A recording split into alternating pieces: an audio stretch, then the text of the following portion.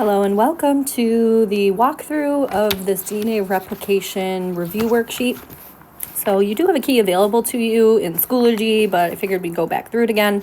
And I think numbers 3 and 4 are the most difficult, so I probably won't spend a ton of time.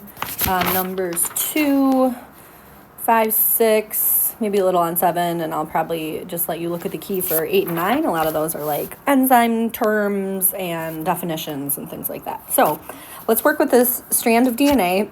And basically all I gave you at the top of the sheet is half of a template strand of DNA. So one of the first things you need to go and do is write in the complementary DNA strand.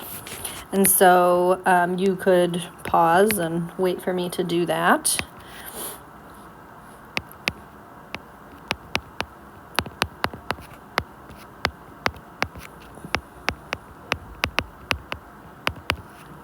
All right, so I did one half of it, and I do have a 5' up here, so I know that this end is a 3'. I also, because of that 5' and the 3' on the other ends, I know that these are opposite. So I'm going to go ahead and put those on either end, and then I will fill in the rest of those bases in a second.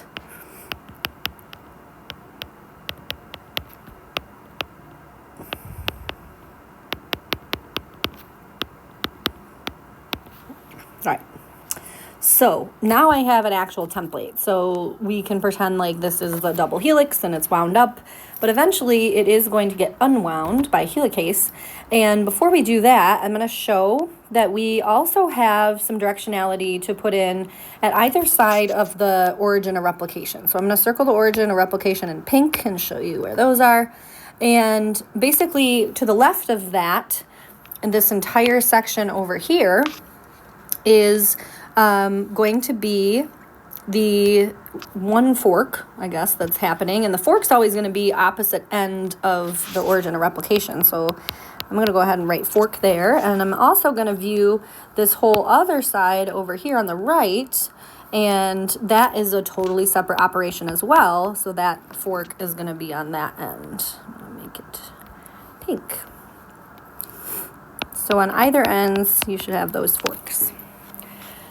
All right, so before I even go on and start looking at number 3 to try and figure out where these primers are going to go, I need to add even some more directionality to this. So when I say directionality, I'm always meaning 5', 3'. Remember, that goes along with the sugar and which way the carbons are orientated. So if this end on the far, far upper left is 5', I'm going to go over by the origin of replication, and I'm going to write 3' over here so that I can get the direction of that template. And then the other template strand is 3', and I'm going to put a 5' over here by the ORI, or the origin of replication. Then on the other side, I have the 3' in the upper right-hand corner for that template strand, and I'm going to put a 5' over toward the ORI. And then, again, on the lower right-hand portion is a 5', so I'm going to put a 3' over here. So if I don't do that, I will not be able to get a visual or a sense of the direction of replication. So it doesn't matter which way you think about it. I'm going to write this down below. But DNA only copies itself from a 5' to 3' direction of the new DNA. Or if you're thinking of it from the template standpoint, you can also say that it synthesizes from the 3' end of the template to the 5' end, so of the template. So of course those two phrases or thought processes are backwards from one another, but it does have to do if you're looking at new DNA versus template DNA. So I'm going to go ahead and look at this upper portion. I'm going to make a yellow mark there. That's where I'm going to be. And I'm going to figure out the direction of synthesis so that I know which of these template strands are lagging and leading. But I'm only doing the left-hand side. So from the origin of replication, everything on the left. So if I look at that top strand, I'm going to circle the 3' in blue and the 5' in blue on the upper strand. And then I'm going to circle the 5' and the 3' on the bottom strand. So if I look at that top strand in black, that's one part of the template. We can pretend like the black and purple bases have been split apart, if that helps you think about a fork and the open template ready to have new bases synthesized on it. But I'm going to start from this side. I'll circle the first base that I'm going to look at. I'm going to look at A on that right-hand side. And I know it's the template, and I know this is its 3' end. So if I'm going to think about what base gets added to that, yes, it's going to be a T, not the purple T's that I put on here for all those bases, but a new one that DNA polymerase III is going to come in and put on there eventually when it sees the primer. So we'll get to the primer soon. So from that end, if it's the 3' end of the template, that means that the DNA is going to be synthesized there, as a starting point, because that is going to correspond to the 5' end of the new DNA. Again, down here, highlighting that in blue. And then, again, I found the 3' end of the template, so it's going to go in that direction. So I'm going to put like a blue arrow pointing that way. So that means that I am synthesizing toward the fork.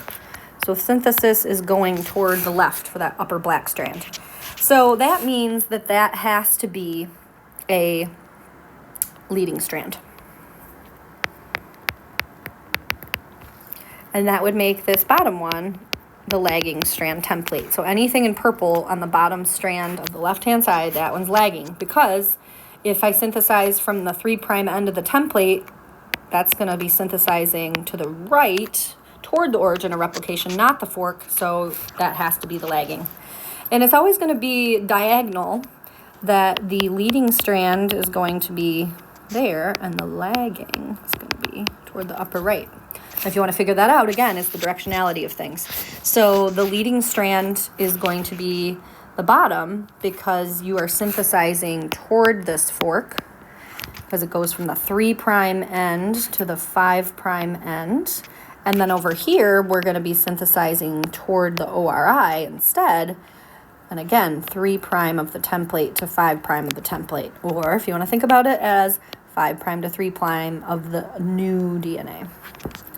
All right, so now we've got lagging and leading strands identified. We've got complementary base pairs to have the template on here. And then we have to lay down some primers. So the primers part, that's going to be toward the bottom here.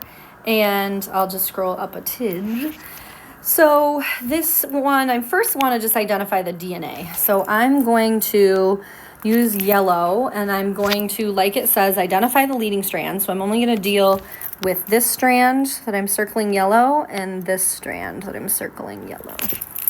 So that is going to be, if I'm creating 2 RNA primers with 5 base pairs each, and I'm starting with side 1 is left of the ORI and side 2 is on the right, I'm going to start with these first 5 bases over here. I don't want to cover them up totally. So GTTCA, that's in the 5' to 3' direction, or I could label it as 3 to 5 and go ACTTG. So I'm going to just go 5 to 3, left to right in this case, and I'm going to go I don't want to put it there because that's supposed to be RNA. I'm going to put the DNA up here. So this is the template that I need to make primers for, is the GTTCA. And then my RNA that matches that is going to be CAAGU. And then if I go back to my other side and try to figure out what the other leading strand 5 bases are, from 3' to 5', they're these ones over here. So it is from 3' to 5' direction, G, A, T, C, G, and corresponding RNA bases for that would be laid down by primase would be C, U, A, G, C. So if you're trying to find the RNA primer for anything, you have to identify what the template base pairs are. And depending on whether it's lagging or leading, they could be on either strand because we have primers. We have more primers laid down on the lagging strand for our next question on the next page.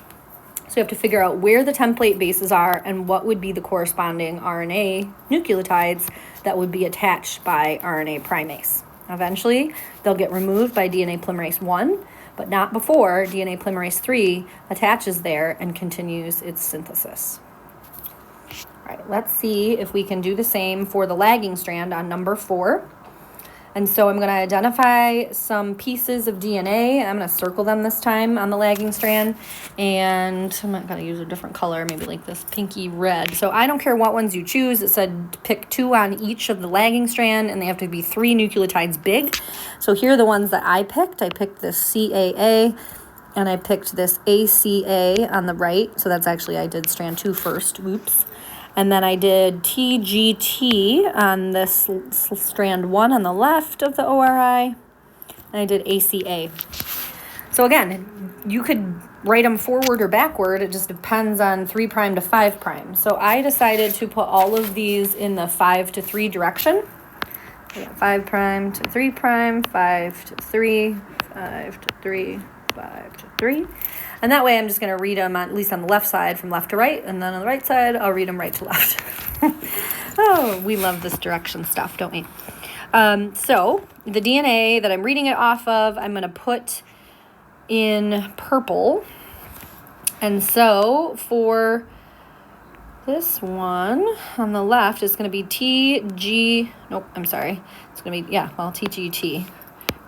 Oops. Yeah. This is the DNA, TGT, from 5 to 3, and then I'm going to have ACA. Oops, I keep putting on the wrong line. ACA. And then I can do the corresponding RNA pieces for that. So ACA and UGU. So those are my RNA primers for the left strand, or the side 1 lagging strand primers for those 2 different segments. And then I had CAA for the DNA and ACA for that other DNA piece. And then I just put which primers would have to be corresponding. So GUU and UGU.